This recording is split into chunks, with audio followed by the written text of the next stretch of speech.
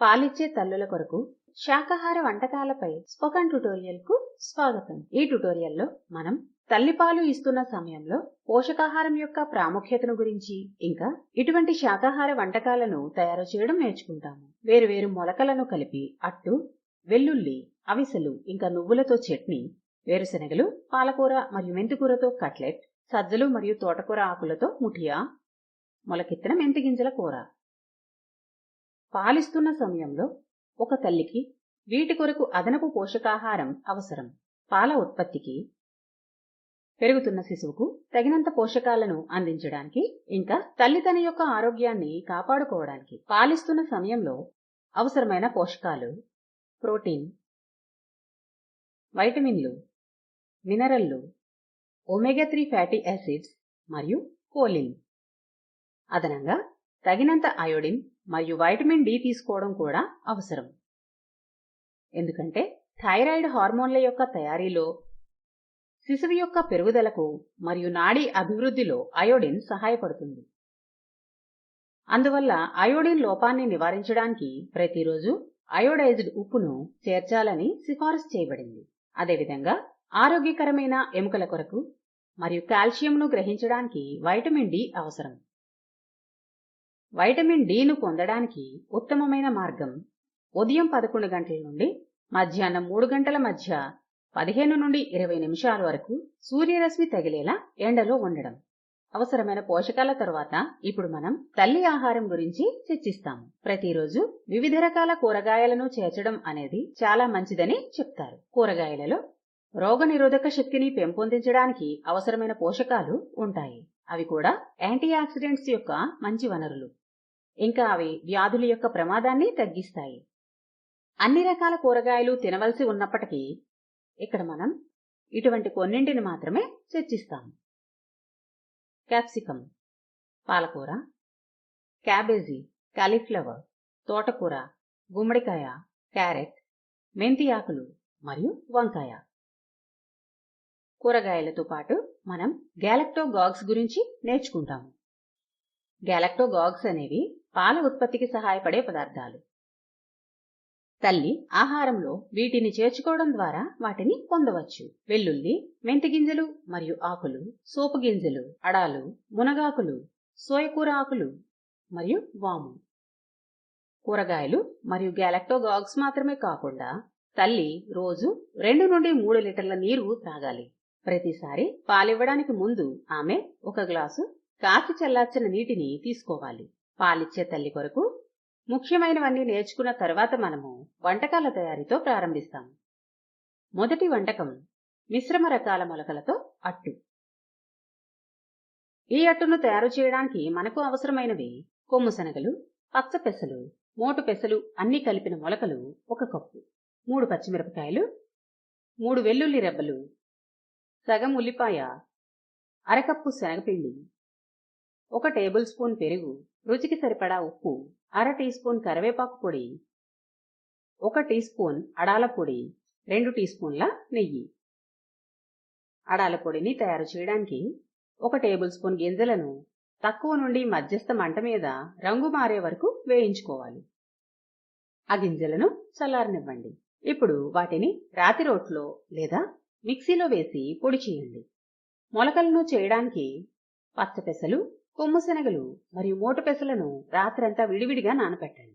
ఉదయాన్నే నీరంతా వంపేసి వాటిని శుభ్రమైన మస్లిన్ వస్త్రంలో వేసి మూటకట్టండి. మొలకలు రావడానికి 2 రోజులు వాటిని పొడి ప్రదేశంలో ఉంచండి. దయచేసి గమనించండి, పచ్చ పెసలు ఇంకా కొమ్ము శనగలతో పోలిస్తే మోటు పెసలు మొలకెత్తడానికి ఎక్కువ సమయం పడుతుంది. కనుక దానికి తగినట్టుగా మీ వంటకాన్ని ప్లాన్ చేసుకోండి. మొలకలు సిద్ధమైన తర్వాత మొలకలు, వెల్లుల్లి, పచ్చిమిరపకాయలు, పెరుగును రాతి రోట్లో లేదా మిక్సీలో వేసి రుబ్బి పేస్ట్ తయారు చేయండి. ఇప్పుడు అందులో శనగపిండి వేసి నీరు పోసి బాగా కలపాలి. ఈ మిశ్రమానికి తరిగిన ఉల్లిపాయ ముక్కలు, ఉప్పు, కరివేపాకు పొడి మరియు అడాల పొడిని కలపండి. ఈ తయారీ అంతా పూర్తయిన తర్వాత ఒక ప్యాన్లో 1 టీ స్పూన్ నెయ్యి వేసి వేడి చేయాలి. దానిపై ఈ మిశ్రమాన్ని పోసి పరచండి. అట్టును మీడియం మంట మీద ఉడికించాలి. 2 వైపులా ఉడికించాలి. మిశ్రమ మొలకలతో అట్టు సిద్ధంగా ఉంది.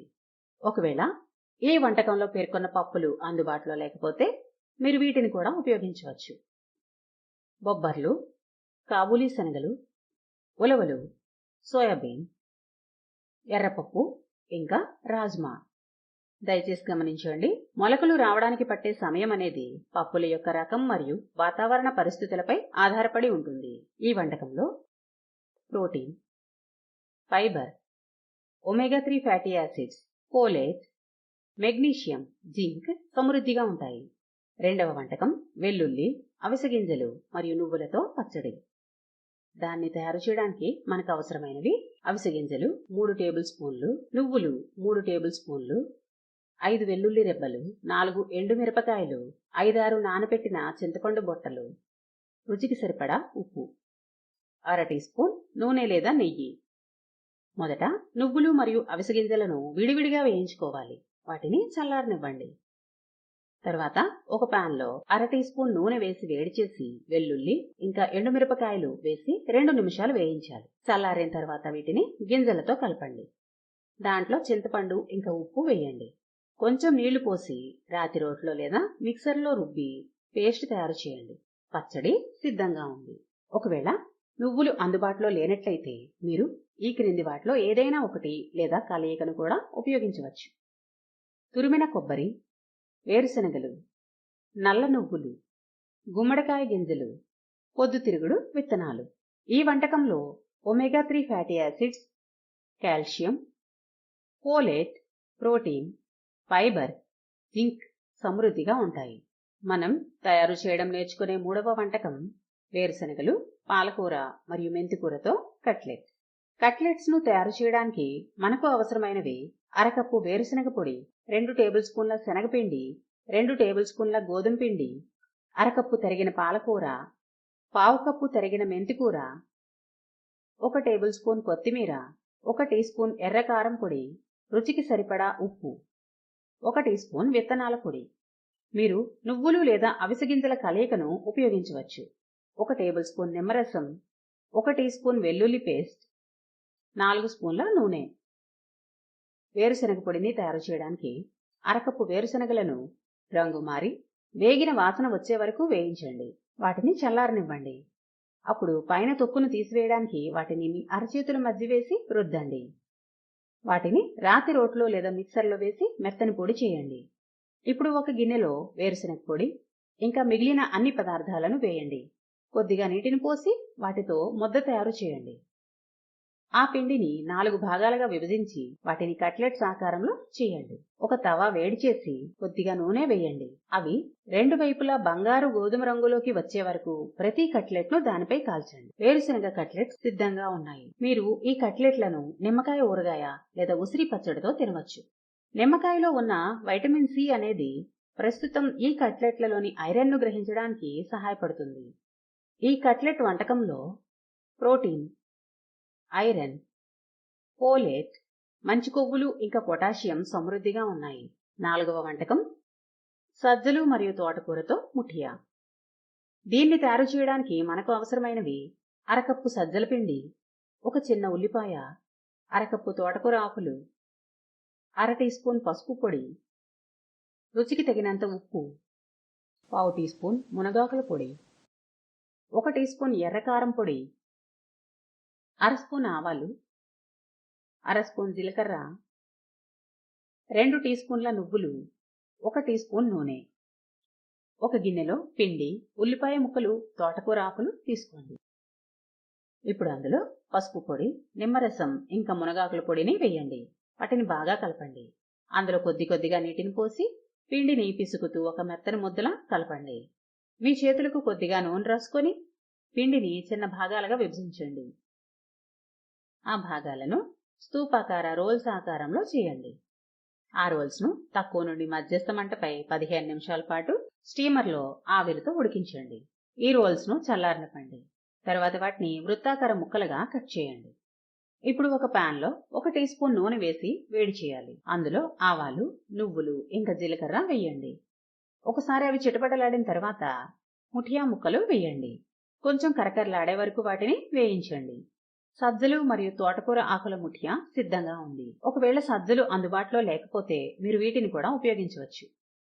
జొన్నపిండి లేదా కొర్రల పిండి.